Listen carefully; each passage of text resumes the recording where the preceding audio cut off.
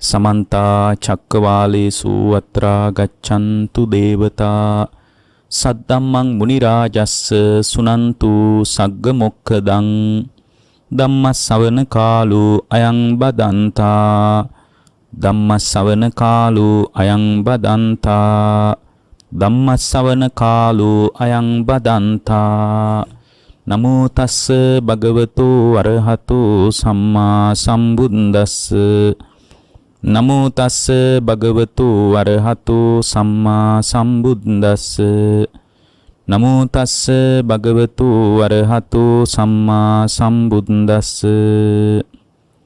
ඒ අපගේ ශාස්ත්‍රු සම්මා සම්බුදුරජාණන් වහන්සේට අප හැම දිනාගේම নমස්කාරය වේවා. සුපින්වත්නි, අදත් ඔබ ඊටාම ශ්‍රද්ධාවෙන් බලාපොරොත්තු වන්නේ ධර්ම ශ්‍රවණය කරන්නටයි බණ අහන්නටයි. පින්වත්නි, බුදුරජාණන් වහන්සේ විසින් දේශනා කොට වදාළ ධර්මය බොහෝම ගම්බීර එකක්. ඒ ගම්බීර ධර්මයේ ඥානවන්තයින් විසින් ප්‍රශංසාවට ලක් කරන එකක්. අඥානයන්ට ගෝචර වෙන්නේ නැති එකක්. ඒකයි අර එක වෙලාවක දණ්ඩපාණි වගේ ශාක්‍යයෙක් බුදුහාමුදුරුවෝ ළඟටත් ඇවිල්ලා තමන්ගේ අතේ තිබ්බ දණ්ඩට බර වෙලා ඔබ වහන්සේ කුමන වාදියෙක්ද, මොන වගේ මතයක්ද ඔබ වහන්සේ මේ කියාගෙන යන්නේ? ඔබ වහන්සේ මොන වගේ මතයකටද ගරු කරන්නේ? ඇයි ඔබ වහන්සේ මේ විදියට ඉන්නේ? මේ විදියට විමසනකොට බුදුරජාණන් වහන්සේ විසින් බොහොම ලස්සන උත්තරයක් දුන්නා. බුදු කෙනෙක් ඉලක්කයේ සම්බන්ධ. ඉතින් මේ ඒ කියන්නේ බුදු කෙනෙක් අභිමුඛ වෙනවා ඍජුවම දණ්ඩපාණි ශාක්‍යයට. නමුත් එයාට බුදුරජාණන් වහන්සේ තමන් වහන්සේගේ මතය, තමන් දුක ඉවර කරගන්න දේශනාව මතු කරන විදිය, විවාදාපන්න කාරණා නැතුව, වාද විවාද නැතුව, එකිනෙකනාට චෝදනා කරගන්න නැතුව, තම තමා ස්වකීය సంతానගතව ඇතිවෙන ක්‍රියාවලිය තුල පටිච්ච සමුප්පන්නව ලෝකය දකින විදිහ ගැන බුදුරජාණන් වහන්සේ අදහසක් මතු කරනවා. දණ්ඩපාණි ශාක්‍යයා ඉතින් අර දණ්ඩටත් ටිකක් බර වෙලා ඉඳලා විදින ගමන්නේ එයාගේ අතේ ලීයක් තිබිලා තිනවා. ඒකටත් පොඩ්ඩක් බර වෙලා ඉඳලා දිවත් එළියට දාලා, ඒ සූත්‍රය එහෙම තිනවා. දිවත් එළියට දාලා දිවත් ටිකක් හොල්ලලා හැබෑද වගේ නිකන් නලලත් රැලි ගන්නවලා. ගාමුතු කතාවක් කිව්වහම අපි නලල රැලි ගන්නනේ මොකද්ද අපේ මේ කියන්නේ වගේ? නලලත් රැලි ගන්නවලා දිවත් ටිකක් එළියට දාලා දිවත් හොල්ලලා. හොඳයි ඔක කියන්නේ යන්නකෝ වගේ කියලා ගිහින් යනවා යන්න. හොඳයි තමුන්නාන්සේක වැඩේ කරන්නේ යන්නකෝ කියලා ගිහින් තියෙනවා. එතකොට ඥානවන්තයින්ගේ ප්‍රශංසාවට ලක් වෙන ධර්මයක් අපි ඉස්සරහා තියෙන්නේ. අඥාන කෙනෙකුට මේ ධර්මය අල්ලන්න අමාරුයි පින්වත්නි. දුර්වල ප්‍රඥාවක් තියෙන කෙනෙකුට මේ ධර්මයේ ගෝචර වෙන්නේ නැහැ පින්වත්නි. මේ ධර්මයේ ඉලක්කය, මේ ධර්මයේ අදහස ප්‍රායෝගිකව ජීවිතයට ගලප ගන්න මිනිස්සෙකුට අතිශය සුන්දර චමත්කාර ජනක කතාවක්. එතකොට මේ ප්‍රායෝගිකව ගලප ගන්න කැමති නැති මිනිහෙකුට ඉතින් මේ වගේ කතාවක් බොහොම නීරස කතාවක් වෙන්න පුළුවන්. මේක සාමාන්‍යයෙන් ඔරොත්තු නොදෙන කතාවක් වෙන්න පුළුවන්. ඒ නිසා මේ බුදුරජාණන් වහන්සේගේ සැබෑ ශ්‍රාවකයන් විදියට අපි පුළුවන් තරම් පින්වත්නි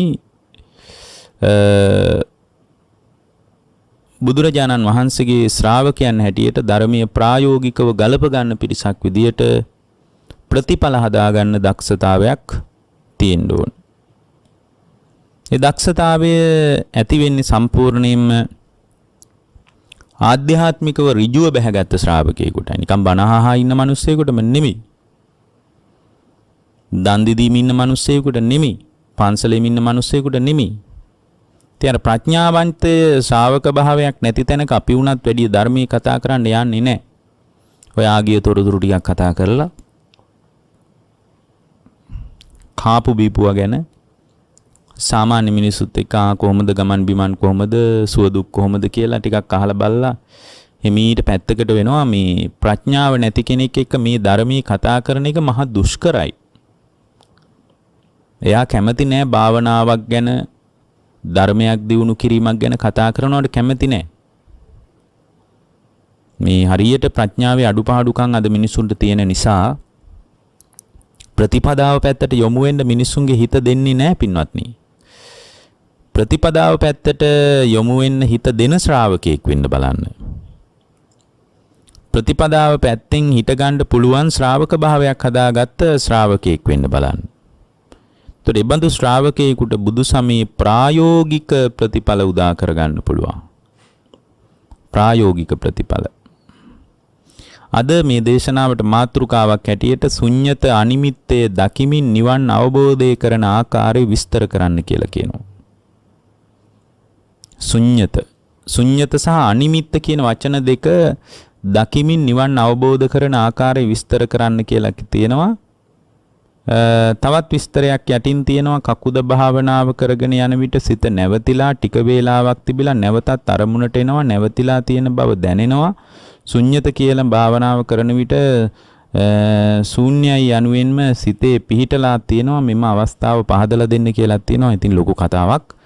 කොහොම වුණත් පින්වත්නි මේ බුදුරජාණන් වහන්සේ පැහැදිලි කරන විදිහට අපි පුළුවන් විදිහට අවස්ථාව ලැබෙන විදිහට බුදුදහම පෙන්වා දෙන සමාධිය පැත්තටම නැඹුරු වෙන්න ඕන. එහෙම නැත්නම් යා සමාධියේ ඉස්සරහම මුලාවටපත් වෙන්න බැරි කමක් නැහැ පින්වත්නි. දැන් මෙතන වාක්‍ය වචන දෙකක් තියෙනවානේ ශුන්්‍යත අනිමිත්ත කියලා.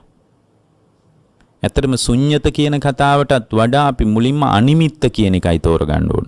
මොකද අනිමිත්ත සමාධිය වඩලයි ශුන්්‍යත සමාධිය වඩන්න ඕන. ශුන්්‍යත සමාධිය තුල තමයි මේ ආත්මීය ස්වභාවයක් පවර ගන්න ලෝකේ කිසිම දෙයක් නැහැ කියන එක පැහැදිලිව පේන්නේ. දැන් ටිකක් විපරිණාමයේ එහෙම තේරුම් අරගෙන නිකන් කතාවට ධර්මයකින් අනිත්‍යයි දුකයි විපරිණාමයයි කියලා මේවා හොඳට තේරුම් අරගෙන අනිච්චං දුක්ඛං විපරිණාම ධම්මං කියන ස්වභාවය පින්වත්නි හොඳට තේරුම් අරගෙන එයා මේ හිත පුහුණු කරනකොට බුද්ධ දේශනාව පමණක් පැහැදිලි කරන ස්වභාවයන් ටිකක් තියෙනවා. ඒ තමයි පින්වත්නි ඒ කියන්නේ ලෝකේ කිසිම ආගමික මතවාදයක මේ කතාව කතා කරන්නේ නැහැ. බුදු සමයේ විතරයි කතා කරන්නේ. ඒ තමයි අනිමිත්ත සමාධිය, අපනිහිත සමාධිය, ශුන්්‍යත සමාධිය. මේකෙන් මේ අනිමිත්ත ශුන්්‍යත කියන ස්වභාවය දකිමින් නිවනට පත් කරගන්නේ කොහොමද කියලා යහන්නේ.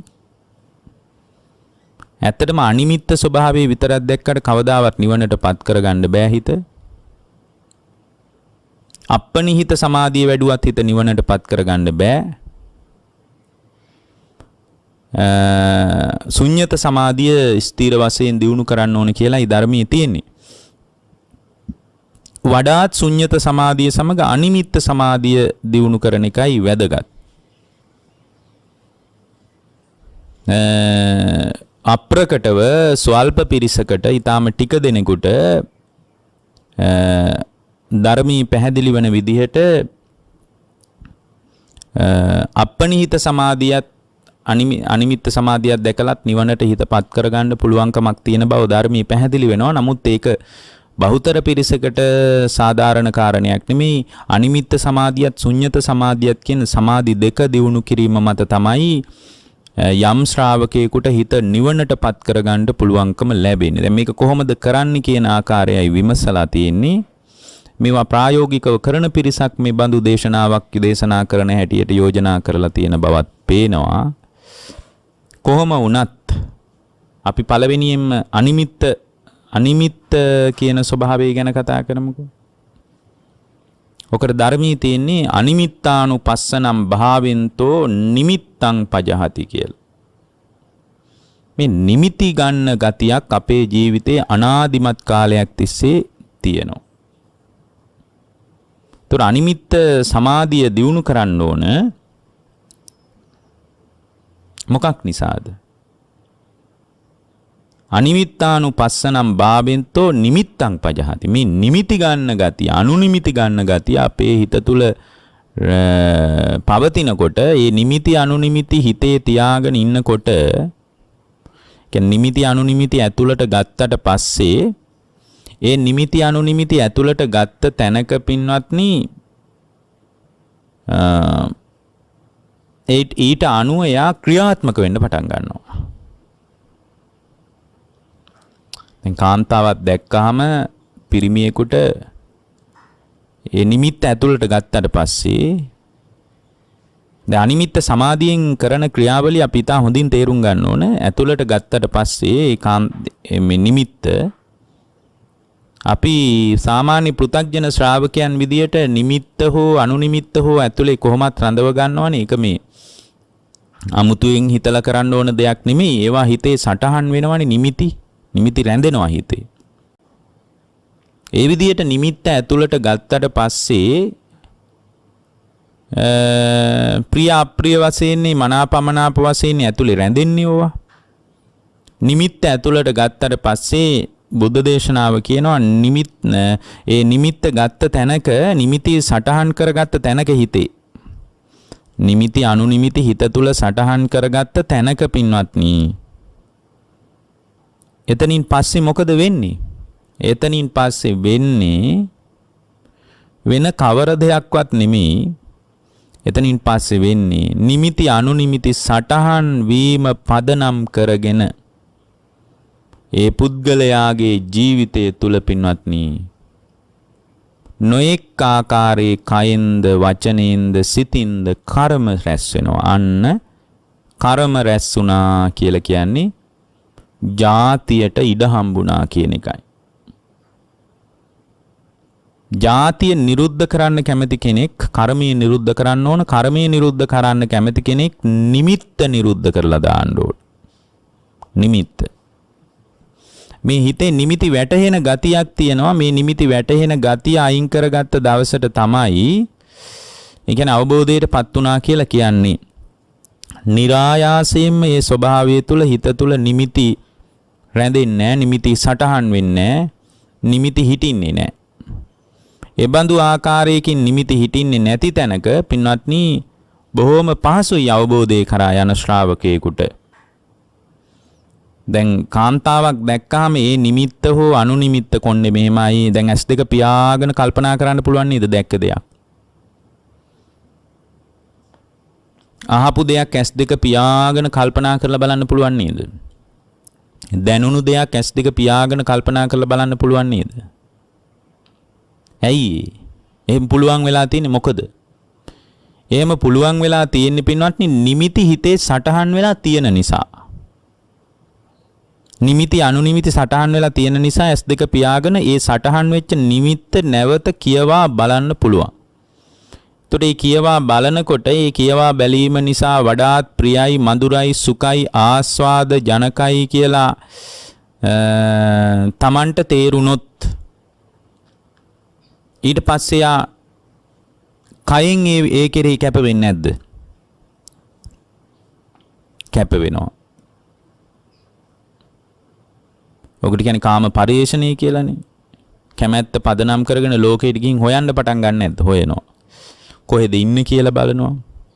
වැඩියෙන් එයා කොහෙටද එන්නේ කියලා බලනවා. ඊට පස්සේ යාළුවෝ එක්ක එහෙම තරුණයෙක් එකතු වුණාම එයා කතා කරනවා මෙන්න මෙහෙම කෙනෙක් දැක්කා කියලා. ඊට පස්සේ දැක්ක කෙනා ගැන විමසනවා. එයා කොණ්ඩේ මෙහෙමයි, එයාගේ ඇඟ මෙහෙමයි, එයාගේ මූණ මෙහෙමයි, එයාගේ වර්ණය මෙහෙමයි. මේ විදියට කතා කරනවා. අන්න බලන වචනිනුත් එයා මේවා කරනවා. ඊට පස්සේ එයා හොයනවා. ඊට පස්සේ සිතිනුත් එයා Tamanගේ වසඟයට ගන්න විදිහ ගැන සැලසුම් කරනවා. අන්න කර්ම සකස් වෙනවා. එහෙනම් ඔබ එකක් මතක තියාගන්න, මේ නිමිත්ත තියෙන තාක්කල් පුද්ගලයාට කර්ම රැස් වෙනවා. ඒ නිසා මේ අනිමිත්ත කියන ස්වභාවය පුහුණු කරන්න ඕන. ඒකට බුදුරජාණන් වහන්සේ මතක් කළා අනිමිත්තානුපස්සනම් භාවෙන්තෝ නිමිත්තම් පජහති. පින්වත්නි හිතේ S2 පියාගෙන ඔබට මොනවද කල්පනා කරන්න පුළුවන්? එහෙම නෙමෙයි මොනවද කල්පනා කරන්න බැරි කියලා යහන්න ඕනේ. ඇයි? හැම වෙලාවකම නිමිති සටහන් වෙනවා. S2 පියාගෙන ඔළුව මෙහෙමයි. ඊට පස්සේ අත මෙහෙමයි. ගැහණියෙක්, පිරිමියෙක්, ගෙයක්, දොරක්, කාර් එකක්, ඉඩමක්, කුඹුරක් ඔක්කොම හිතට වැටහෙනවා නම් ඒ නිමිති ඔක්කොම හිතට වැටහෙන්නේ පින්වත්නි මොකක් නිසාද? මොකක් නිසාද? නිමිත්ත හිතේ හිටලා තියෙන නිසා. කියනකොටම හිතට වැටහෙනවා නම් ඒ නිමිති ඔක්කොම සටහන් වෙලා තියෙනවා. නමුත් මේ නිමිති එහෙමනම් දැන් කෙනෙක් අහන්න පුළුවන් අනිමිත්ත කියන ස්වභාවය ප්‍රකට කරගන්නේ කොහොමද කියලා. අනිමිත්ත කියන ස්වභාවය ප්‍රකට කරන්නේ පින්වත්නි ඇත්තටම ප්‍රධාන වශයෙන් අනිමිත්ත කියන ස්වභාවය ප්‍රකට කරන්නේ මේ දකින ඝන ස්වභාවයෙන් පවතින දේවල්නේ නිමිති වශයෙන් හිටින්නේ. මේ ඝන ස්වභාවයෙන් පවතින දේවල්ම පදනම් කරගෙන තමයි අපේ හිත තුළ නිමිති වශයෙන් සටහන් හිටින්නේ. ඒක අත්දකින්න පුළුවන් ස්වභාවය තමයි මේ පඨවි ආදී මූල ධාතු හතරක් තියෙනවා. ඒ මූල ධාතු හතරට අපි විවිධ සංඥා පාවිච්චි කරලා තියෙනවා. බලාන යද්දී මූල ධාතු හතරක සුසංයෝගයේ නේද මෙතන තියෙන්නේ කියලා දකින්න හැම වස්තුවක් තුළම ජීව ආජීව සෑම දෙයක් තුළම මේ මූල ධාතු හතරක් කියන තැනින් දකින්න පුළුවන් වුණාට පස්සේ අර නිමිති සටහන් හිටින්නේ නැතුව යනවා. බොහොම පහසුයි. එතකොට අර ධාතු මනසිකාරය වගේ භාවනාවක උපයෝගීතාවය කියලා අපි වැඩියෙන් කතා කරන්නේ තොන්න ඕකටම තමයි පින්වත්නි. පඨවි ආපෝ තේජෝ වායෝ කියන මූල ධාතු හතරකින් සැදිලා තියෙන මේ ලෝකයේ කියන කතා කරන හැම දෙයක්ම මූල ධාතු හතරෙන් හැදිලා තියෙන්නේ. එතකොට මේ මූල ධාතු හතර පැත්තෙන් තිබ්බොත් හතර කොනකින් තිබ්බොත් එහෙම අපි දාපු ඝන සංඥාවට කවරක් වේවිද? කෝ ඒ ඝන සංඥාවෙන් කතා කරපු දේ. දැන් අම්මා කියනකොට නිමිත්තක් හිතට වැටෙනව නේද? අම්මා කියනකොට හැම කෙනෙකුටම නිමිත්තක් හිතට වැටෙනවා. එතකොට අම්මා කියන ස්වභාවය තුල මූල ධාතු හතර දැක්කොත් දරුවා කියන ස්වභාවය තුල එකපාරම ඔළුවට නිමිත්තක් වැටෙනවද නැද්ද? ඒවා මේ සැලසුම් කරන්න ඕනේ. දරුවා කියනකොටම Tamanගේ දරුවා පිළිබඳ නිමිත්ත හිතට වැටෙනවා. එතකොට මේ නිමිත්ත වැටෙනකොට පින්වත්නි මේ නිමිත්ත වැටහිච්ච තැනකම යම් ශ්‍රාවකෙ ඉතින් මේකට දක්ෂ වෙන්න නැතුව බෑනේ බුදුරජාණන් වහන්සේගේ ශ්‍රාවකයා. දැන් මම එකනේ කිව්වේ මේක බොහොම ප්‍රඥා ගෝචර කතාවක්, ප්‍රඥා ගෝචර පණිවිඩයක්. අනේ මගේ දරුවා එහෙම දකින්න මට බෑ.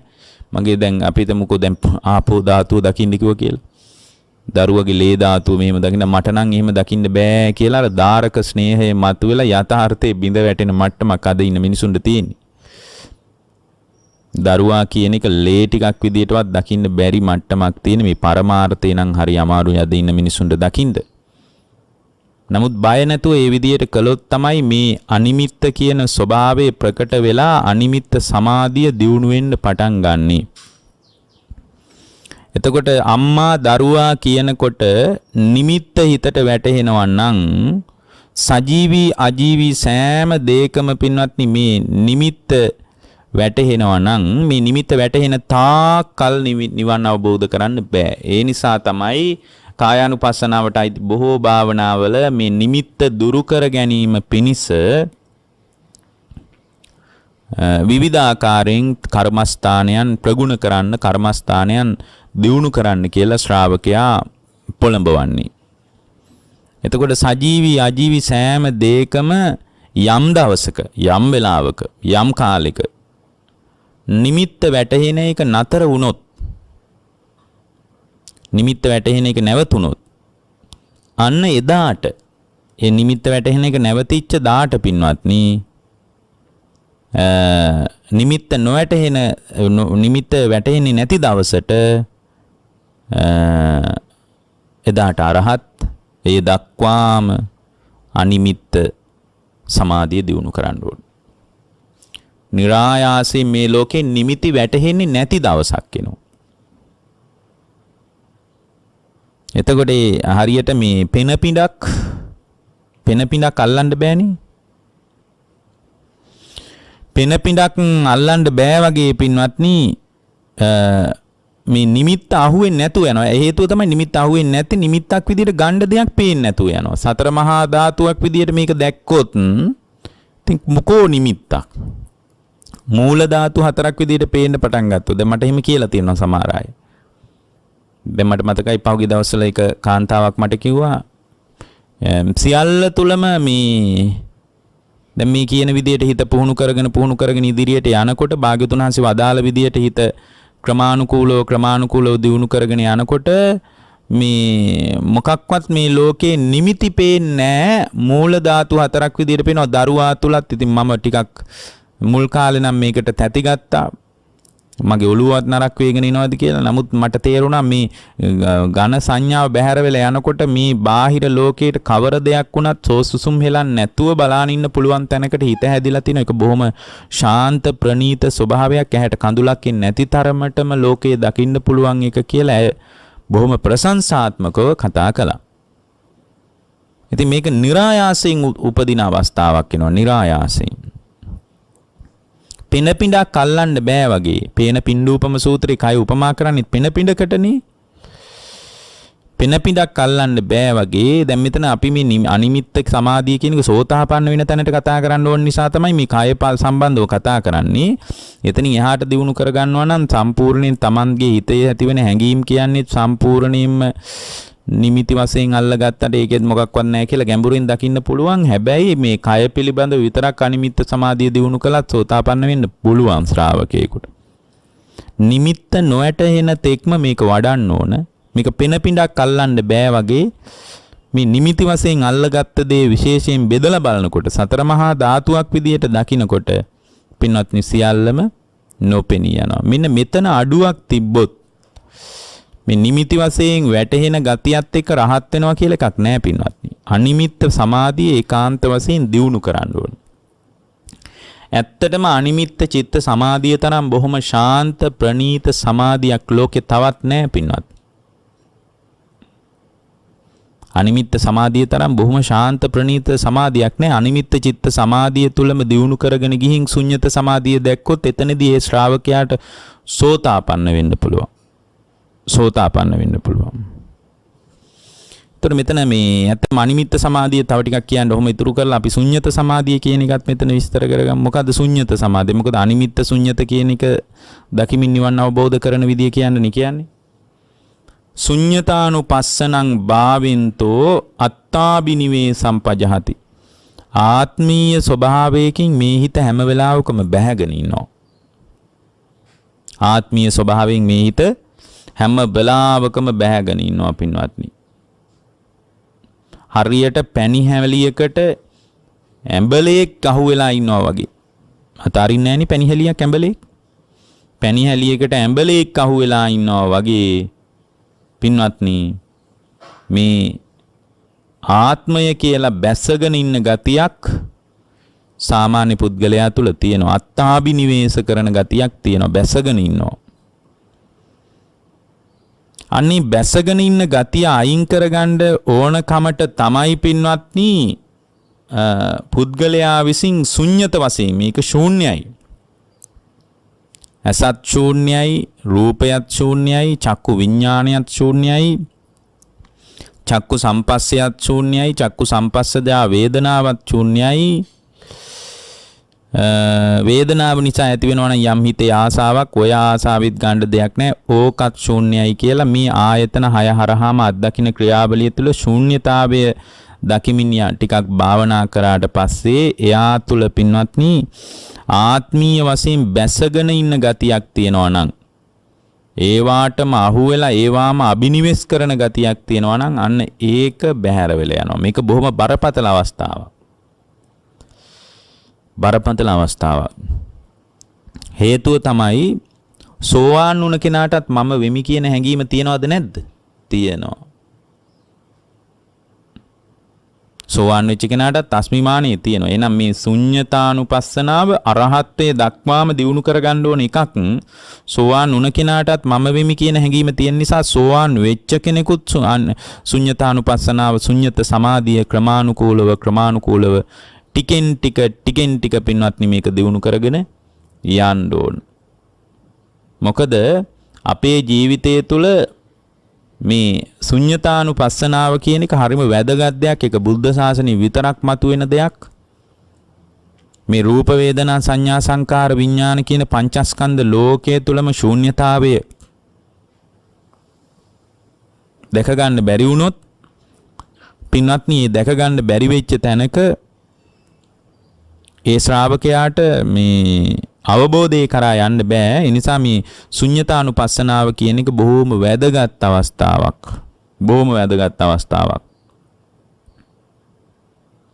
මොකද මේ ශුන්්‍යතානුපස්සනාව වඩන්න ඕන කොච්චර අනිමිත්ත සමාධිය වැඩුණත් කොච්චර අපනිහිත සමාධිය වැඩුණත්. ඇත්තටම අපනිහිත සමාධිය කියලා කියන්නේ ප්‍රාර්ථනා මේ ලෝකේ අර ප්‍රාර්ථනා කර යන ගතියක් අපි තුල තියෙනවා. සියල්ලම ලෝකේ ප්‍රාර්ථනා කරනවා අපි. මොනවද ප්‍රාර්ථනා කරන්නේ නැත්තේ? පින්වත්නි සියල්ල තුලම ප්‍රාර්ථනා කරනවා. අන්තිමටම භවයත් ප්‍රාර්ථනා කරනවා. භවයේ ප්‍රාර්ථනා කර යනවා. ඉතින් මේ ප්‍රාර්ථනා කරන ගතිය සතුටින් ප්‍රාර්ථනා කරන ගතියක් තියෙනවා නම් එතකොට පින්වත්නි ඒ පණිදිය ප්‍රාර්ථනා කරන ගතිය සම්පූර්ණයෙන් බැහැර වෙලා යනවා අපනිහිතානුපස්සනාව වඩනකොට. නමුත් ඒක මේ මාතෘකාවට සම්බන්ධ නැති නිසා මම ඒක මෙතන විස්තර කරන්න යන්නේ නැහැ. බුදුරජාණන් වහන්සේ මතක් කරන්නේ අවිද්‍යාව නිසාමයි ලෝකේ ප්‍රාර්ථනා කරන්නේත්, අවිද්‍යාව නිසාමයි ලෝකේ මගේ ආත්මය කියලා ආත්මීය ස්වභාවයෙන් ලෝකේ අල්ලන්නේත්, ඒ වගේම නිමිති හිතේ සටහන් කරගන්නෙත් අවිද්‍යාව නිසා. මොකද නැති දෙයක් ඇති බවට හිතේ සටහන් කරගන්නවා. ඇත්තටම නෑ, සත්‍ය වශයෙන්ම නෑ. නමුත් හිතේ නිමිත්තක් ඇති බවට, නැති දෙයක් ඇති බවට හිතේ සටහන් කරගෙන අල්ලගෙන තුරුල් කරගෙන ඉන්නවා. ඒක තමයි අපිට වෙලා තියෙන්නේ පින්වත්නි. ඉතින් මේ විදියට අත්දකින්නකොට ලෝකයේ අත්දකින්නකොට පින්වත්නි ඒ ශ්‍රාවකයාට දැන් මේක මෙහෙම කිව්වට වැඩක් නැහැනේ, මේක නිකන් අහගත්තට වැඩක් නැහැනේ, මේක දියුණු කරන්න ඕන සමාධියක් විදියට. එහෙනම් භාවනාවක් කරන්නම ඕන. මේ අහගත්ත දේ ඉලක්ක කරගෙන භාවනාවක් කරන්නම ඕන. අනිමිත්තානුපස්සනාව වඩන්න කියනකොට ඒ අනිමිත්ත සමාධිය දියුණු කරන්නේ නැතුව තමා තුළ නිමිති වැටහෙන ගතිය නිකන් බණ ටිකක් අහගෙන හිටියා කියලා ඒක කරන්න අමාරුයි. නිකන් බණ අහලා උන්නම් පැයක් දෙකක් පස්සේ මේක නිකන් හිතේ තියෙන්න පුළුවන්. නමුත් ආයෙත් මේ සමාජයේ එදිනෙදා ගනුදෙනුවත් එක්ක අපේ වාසය ඇති වෙනකොට, එදිනෙදා ගනුදෙනු සමග අපි වාසය කරනකොට, ඒ වාසය කිරීම තුලදීම පින්වත්නි අපි තුල නැවතත් අර පරණ පුරුදු ටිකම ඇවිල්ලා පරණ විදියටම ජීවන චර්යාව ගොඩනගෙන්න පටන් ගන්නවා. ඒ නිසාම තමයි අනිමිත්තානුපස්සනාවේදී අනිමිත්ත චිත්ත සමාධිය වගේ එකක් දියුණු කරන්න ඕනේ. හැබැයි දක්ෂ ශ්‍රාවකයෙකුට අනිමිත්ත චිත්ත සමාධිය දියුණු කරලා එතනම ශුන්්‍යත සමාධියක් දියුණු කරලා හිත නිවනට පත් කරගන්න පුළුවන් බව බුද්ධ දේශනාව අවධාරණය කරනවා. කොහොමද එහෙමනම් මේ අනිමිත්ත චිත්ත සමාධිය කියන එක දියුණු කරගන්නේ? පින්වත්නි දැන් අපි බුදුරජාණන් වහන්සේ පැහැදිලි කරන විදිහට අපි සමත විපස්සනා වලින් අනුග්‍රහය හදාගන්න ඕන බව මේ අයට අමුතුවෙන් කියන්න දෙයක් නැහැ. ඒක ගැන මේ පින්නතුන්ට බොහොම පැහැදිලිව අර්ථාන්විත නුවණක් මේ වෙලාවේ තියෙනවා. චන්දරාගයේ සම්පූර්ණයෙන් ප්‍රහාණය කරගත්ත තැනක තමයි අරහත්ත්වයේ මතුවෙන්නේ. නිමිති වැටහීම අතර චන්දරාගය තියෙනවද නැද්ද? තියෙනවා. මගේ ආත්මය කියලා ස්වභාවයක් දකිනවා නම් එතන ශූන්‍ය වශයෙන් නොදකින්න තැනක චන්දරාගය තියෙනවද නැද්ද? තියෙනවා. එහෙමනම් සමත වශයෙන්ුත් විපස්සනා වශයෙන්ුත් ධානයේ දියුණු කරගන්න ඕන. එතකොට මෙතන අනිමිත්ත සමාධිය කියලා කියන්නේ මේ සියලුම සංස්කාරයන්ගේ මෙතන සංස්කාර කියලා අපි කියන්නේ හේතුන් නිසා හටගත්ත දේවල් වල නිමිති කල්පනා නොකොට සිටීමේ ස්වභාවයට හිතපත් කරගෙන සමාධියෙන් වාසය කරනවා.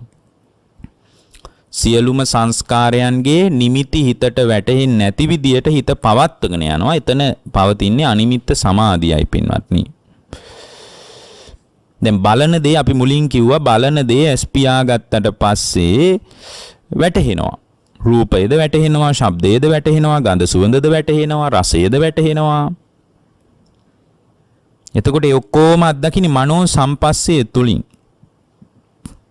මනෝ සම්පස්සේ තුලින් තමයි ඒක අත්දකින්නේ. අතීතයේ අනාගතයේ තහගත් රූප ශබ්ද ගන්ධ රස පොට්ටබ්බ ධම්මයනොත් අනාගතයට අහගන්න කියලා හිතාගෙන ඉන්න දේවලුත් හිතෙන් උපකල්පනය කර කර වැටෙනවා. ඒවා තාම වින්දනය කරලා නැහැ, ඒවා දැකලා නැහැ, ඒවා ඇහිලා නැහැ. ඒවා හිතිලත් නැහැ, ඒවා ගැන අදහසකුත් නැහැ අපිට. හැබැයි අපිට ඒවා හිතට වැටෙනවා පින්වත්නි. ඕනනම් ඒවා උපකල්පනය කර කර අපිට ඒ ආකෘතියක් අපේ හිතේ හදා ගන්නවා. සත්‍ය වශයෙන්ම මේ හදාගත් ආකෘතියට වඩා වෙන එකක් තියෙන්නත් පුළුවන්. එතකොට මේ නිමිති කියන ඒවා තනි බොරුවක් කියන එක අපිට හොඳට තේරෙනවා.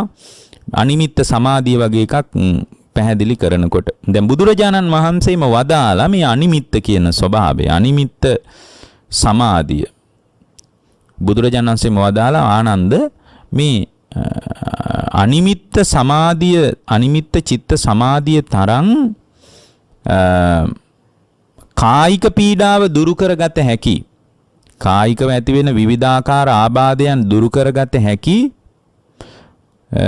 අනිමිත්ත චේදෝ සමාධිය තරම් ප්‍රනීත සමාධියක් ආනන්ද මම ලෝකේ තවත් දකින්නේ නැහැ කියනවා. මොකද මේ ඇහැට පේන රූප, කනට ඇහෙන ශබ්ද, නාසයට දැනෙන ගඳ සුවඳ මේවා විතරක් වැටහෙන එක නෙමෙයි අනිමිත්ත සමාධිය තුලින් කෙරෙන්නේ. කය තුල යම් වේදනාවක් ඇති වුණොත් ඒ වේදනාව ඇති වෙච්ච තැනක පින්නත්නි අනිමිත්ත සමාධිය වඩනකොට වේදනාව හිතට වැටහෙන්නේ නැතුව යනවා. කය නිසා වේදනාව ඇති වුණත් හිතින්නේ වේදනාව විඳින්නේ. වේදනාව විඳින්නේ කොහෙන්ද? හිතින්. ඉතින් වේදනාව සම්බන්ධ හිතට නිමිත්ත වැටහෙන්නේ නැත්නම් මොකද්ද විඳින්න තියෙන්නේ? මොනතරම් වේදනාවක් ඇති වුණත්.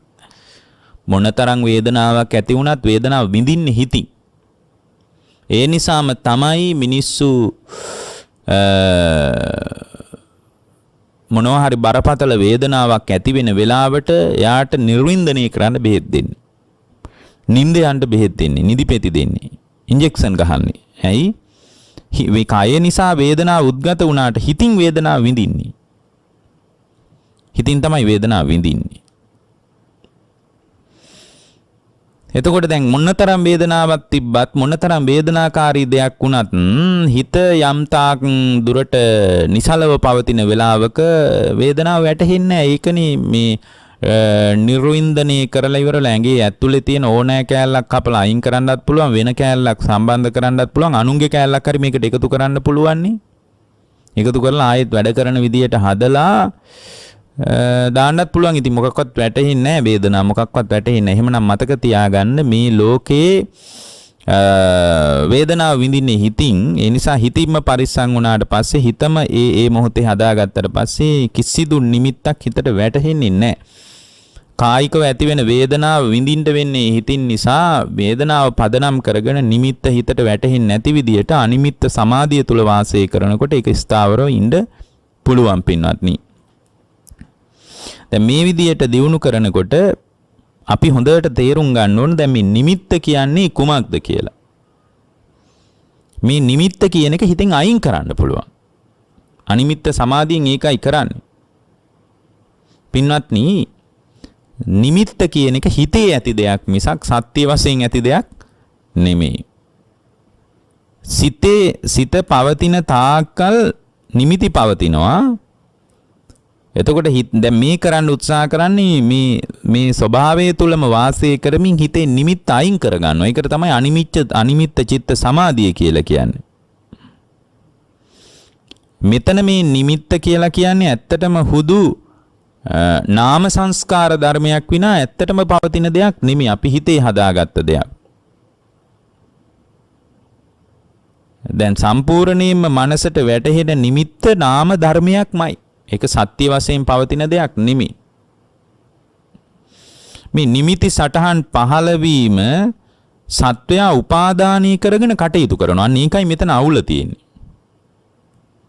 නිමිති සටහන් පහළ වුණාට පස්සේ පහළ වෙන නිමිති සටහන් එයා ඒක උපාදානය කරගෙන තුරුල් කරගෙන ලං කරගෙන ඒවාටම ඇලිලා ඒවාටම බැඳිලා ඒවාම අභිනන්දනය කර කර අපි කාලය ගෙවනවා. අන්න ඒකයි පින්වත්නි මෙතන තියෙන අවුල, වෙන මොකක්වත් නෙමෙයි. මෙතන පවතින අවුල අන්න ඒකයි. එතකොට මේ නිමිති සටහන් පහළ වෙනකොට මේ අන්ධබාල පෘථග්ජනෙක් ඒවා හැම වෙලාවකම උපාදානය කරගන්නවා. ලස්සනයි, හොඳයි, සැපයි, සුඛයි, සනීපයි කිය උපාදානය කරගන්න ගතියක් තියෙනවා. එතකොට මේ උපාදානය කරගන්න ගතිය නිසාම අපි බරපතල අමාරුවක වැටෙනවා පින්වත්නි. නිමිති සටහන් පහළ වෙනකොට ඒ පහළ වෙච්ච තැන මත ඇරලා දාන්න පුළුවන් නම් නිමිත්ත ආස්වාදයෙන් බැඳෙන්නෙත් නැත්නම් එතන උපාදානීය වෙන්නේ නැහැ. උපාදානීය වෙන්නේ නැති තැනක භවයක් පැනවෙන්නේ නැහැ. භවයක් නැති තැනක ජාතිය නැහැ. ජාතිය නැති තැනක ජරා මරණ දුක නැහැ පින්වත්නි. ජරා මරණ දුක නැහැ. දැන් මේ විදියට අවිද්‍යාව ක්‍රියාත්මක වෙන නිසායි අපිට මේ නිමිති සටහන් වැටෙන්නේ. මොකද නැති දෙයක් ඇති බවට මේ ලෝකයේ සැබෑ යථාර්ථයේ විද්‍යාව පහළ වෙලා නැති නිසා නැති දෙයක් ඇති බවට හිතේ සටහන් කරගෙන ඒවාම උපාදානය කරගෙන ඒවාට ගිලිලා ඒවාටම බැඳිලා ඒවා තුලම වාසය කරන සිතින් උපාදානය වුණාට පස්සේ උපාදානයේ නිමිත්ත හිතෙන් උපාදානය වුණාට පස්සේ නොඑක ආකාරයේ සිතුවිලි ධර්මයන් හිතට ගලන්න පටන් ගන්නවා. චේතනා පහළ වෙනවා. ඉතින් චේතනාවමනේ කර්මය කියන්නේ. ඉතින් ආයේ කර්මයේ සකස් වුණාම භවයක් පැනවෙනවා. ඕක වෙන්නේ නැත්නම් ආයේ භවයක් පැනවෙන්නේ නැහැ. ඒත් භවයක් නොපැනවෙන තැනක තමයි නිවනට හිතපත් වුණා. නිවනට හිතපත් කර ගත්තාය කියලා අපි කතා කරන්නේ පින්වත්නි. එතකොට මේ නිමිති සටහන් පහළ වීම මත ඒවා උපාදානය කරගෙන අපි වාසය කරන එකෙන් අයින් වෙන්නේ කොහොමද කියන එකයි මෙතන වැදගත්. දැන් උදාහරණයක් විදියට පින්වත්නි දැන් මේ විදියට හිතන්න. ජයශ්‍රී මහ බෝධිය වන්දනා කරලා තියෙන මිනිහෙකුට ජයශ්‍රී මහ බෝධිය හිතට වැටහෙනවද නැද්ද? වැටෙනවා. දැන් ඊයේ පෙරේදා උදාහරණයක් විදියට ගන්න. දැන් අර සඳහිරු සෑය කියලා සෑයක් පහුගිය දවස්වල ඉදි කරලා මේ සසුනට පූජා වුණානේ. ඒකට ගියාට පස්සේ රුවන්වැලි සෑයට වඩා බොහොම දෙවැනි වෙන විදියට හදලා තියෙන බොහොම ගම්බීර සෑයක්නේ. එතකොට ඒක නකින්න ගියපු මිනිහෙකුට ඒක හිතට වැටහෙනවද නැද්ද? දැන් මේ වෙලාවේ හිතට වටහා ගන්න පුළුවන්. විශාල පිරිසක් ඒක දැක්කා, රූපවාහිනියෙන් හරි දැක්කා. එකපාර මේ වෙලාවේ හිතට වැටහෙනවද නැද්ද? ඔන්න දැන් මේ සඳහිරු සෑය හිතට වැටහුණා.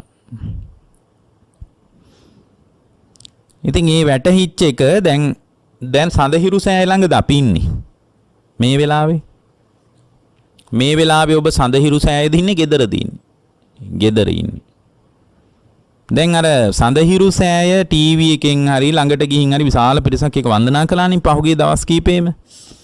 එතකොට ඒක දැක්කාට පස්සේ ඒක දැන් හිතට වැටහුණාම හිතින් දැන් මේ වෙලාවේ හිතින් ඒක අල්ලන්න පුළුවන්ද බැරිද? හිතින් අල්ලගන්න පුළුවන්. හිතට නිමිත්ත වැටහෙනවා. සඳහිරු සෑයේ ආකෘතිය නිමිත්ත යාට හිතට වැටහෙනවා. එතකොට ඒක හිතින් අල්ල ගන්නකොටම පින්වත්නි හිත පැත්තෙන් සංස්කාර ධර්මයන් ගලාගෙන එනවද නැද්ද? මේ නිමිත්ත වැටහීම තුලම. සඳහිරු සෑයට ගිහිනුත් නෙමෙයි. දැන් මේ වෙලාවේ දැකලත් නෙමෙයි. හිතේ අර නිමිත්ත වැටහිච්ච නිසා නොඑක් සංස්කාර ධර්මයන් හිතට ගලාගෙන එනවද නැද්ද? එනවා. එතකොට කෙනෙක් කියන්න පුළුවන් අපෝ ඉතින් ඒක කොච්චර කුසල සංස්කාරයක්ද පුණ්‍ය සංස්කාරයක්ද? ඒ කොච්චර හොඳයි. පින්වත්නි පිනවත් අභිනන්දනය කරන්න එපා කියලානේ භාග්‍යවතුන් වහන්සේ වදාළේ. ඇයි පිනට අනුවත් භවයේ පැනවෙනවනේ. භවයේ පැනවෙනවනේ. මේක ඉතින් ගැඹුරින් තේරුම් ගන්න. ගැඹුරින් තේරුම් ගන්න. දැන් බලන්න සඳහිරු සෑය හොඳයි තමයි වඳින එක. ඒ වන්දනාව තුල හිතින් අල්ලපු ගමන් චිත්ත සංස්කාරයන් චිත්ත ප්‍රවාහයක් හිතට ගලාගෙන එනවද නැද්ද? සාද්ධාවද නොඑක ආකාරයේ චිත්ත ප්‍රවාහයන් ගලාගෙන එනවා. ඒ ගලාගෙන එනකොට ඒ චිත්ත ප්‍රවාහයම එයාගේ හිතට උපාදානීය වෙලා භවයේ පැනවෙනවද නැද්ද? භවයේ පැනවෙනවා. ඕනම දෙයක අතීතේත් අනාගතේත් වර්තමානෙත් නිමිති වැටෙන්නේ මෙන්න මේ විදියටයි පින්වත්නි. නිවන හිතින් ඇල්ලුවත් ওই විදිය තමයි.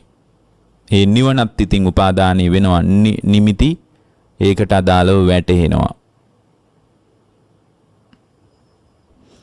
පින්වත්නි මේ අනිමිත්ත සමාධිය කියලා කියන්නේ උපාදානේ ඉවත් කරලා ඔන්න අහගන්න අනිමිත්ත සමාධිය කියන්නේ මොකක්ද කියලා.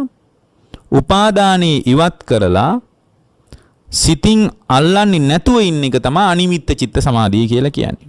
උපාදාන ඉවත් කරලා කුසල අකුසල් හෝ කවර දෙයක්වත් හිතින් අල්ලන්නේ නැතුව ඉන්න එක තමයි අනිමිත්ත චිත්ත සමාධිය කියලා අපි කතා කරන්නේ. දැන් බලන්න මේ සිතුවිලි ගලන විදිය මේ හිතට පින්වත්නි හැම දෙයක් තුළම ඔය මං කියපු ඔය සඳහිරුසෑයි කතාන්දරේ හැම දෙයකටම බලන්න නොයෙක් ආකාරයේ සිතුවිලි ධර්මයන් හිතට ගලාගෙන ඉන විදිය Tamanට පේන්න පටන් ගනීවි. දැන් මෙතනදී මේ සිතුවිලි ගැලීම කියන එක පින්වත්නි දුකක් වශයෙන් දකින්න ඕන. ඔන්න නිවන් අවබෝධ කරන විදිය. අනිමිත්තයම පාවිච්චි කරලා නිවන් අවබෝධ කරන විදිය. සිතුවිලි ගලන එක දුකක් විදියට දකින්න ඕන. නිමිති වැටහෙනකොට සිතුවිලි ගලාගෙන එනවා නම් ඒක දුකක් විදියට දකින්න ඕන. එතකොට මොකද සිතුවිලි ගලාගෙන ඉන එකට අපි කියන්නේ සංස්කාරනේ. සංස්කාර ඒකාන්තයෙන්ම දුකක්ද නැද්ද? දුකක්මයි. අර නිමිති නිසා සංස්කාර ගලාගෙන එන බව දකින්න ඕන. දුක්ඛ සමුදයක් දකින්න ඕන.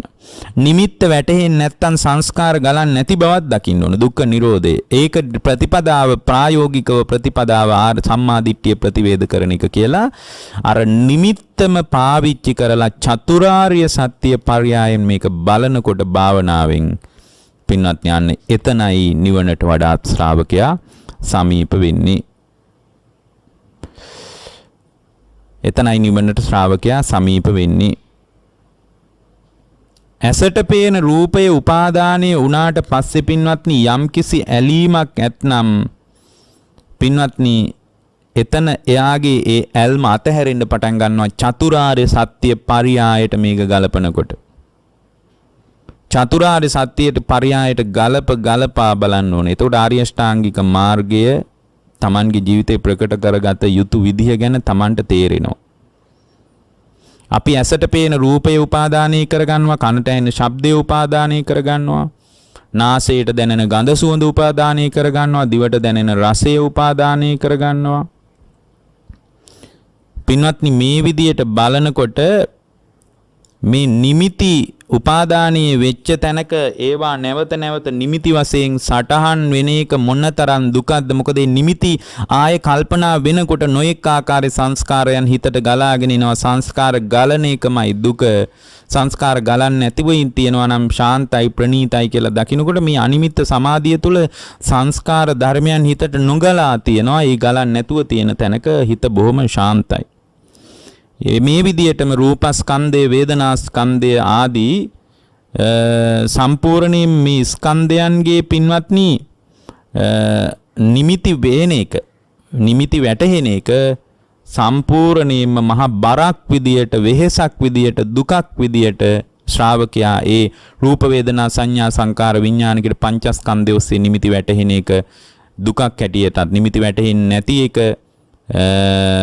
ශාන්ත හැටියටත්, නිමිති රූප වේදනා සංඥා සංකාර විඥාන ඔස්සේ නිමිතිනේ හිතට වැටහෙන්නේ. දැන් වේදන සුඛ වේදනාව කියන්නේ නිමිත්තක් ඇත්තටම. දුක් වේදනාව කියන්නේ නිමිත්තක්. මේ විදිහට රූප සංඥා, ශබ්ද සංඥා කියන්නේ මේ ඔක්කොම නිමිති. සමස්ත මුළු විශ්වයම නිමිති ගොඩක් හිතට වැටහෙන්නේ. මේ නිමිති වැටහෙන එක දුකක්. මොකද නිමිති වැටහෙන එක දුකක් වෙන්නේ? නිමිති වැටහෙනකොට සංස්කාර ධර්මයන් හිතට ගලනවනේ. සංස්කාර ගලන එකනේ දුක.